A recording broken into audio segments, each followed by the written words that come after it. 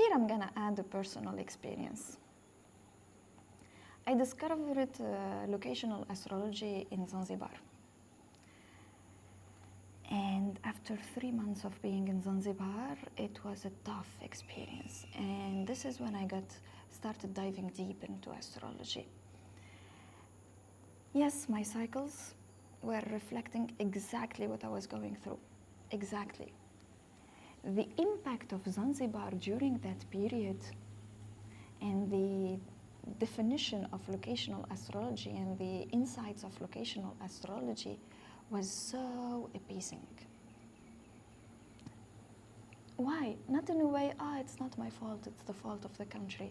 In a way like, wow, I'm supposed to be here exactly bathing in these energy during this cycle. This is how I learn the most.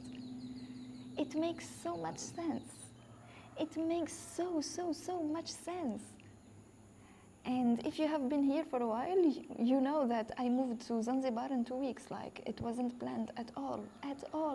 The last thing in my mind that I was gonna move in the mid of pandemic, in the mid of like confinement in Tunisia at 6 p.m. where no flights are moving around, but Zanzibar was open. And I moved with my dog. And astrologically, yes, the lessons are with my dog too. Because I had the karma of a pet during that period. I had the activation of karma of a pet. With the sickness, with everything, I had that activation.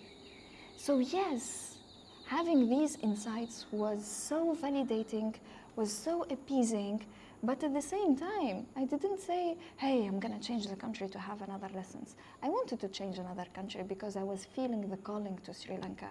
And without reading whatever Sri Lanka meant for me, before even understanding astrology back in 2019, I felt the calling to come to Sri Lanka, and I always said like, Sri Lanka always expands my heart. And even when I came to Sri Lanka, it was so challenging. These 2 years are so challenging.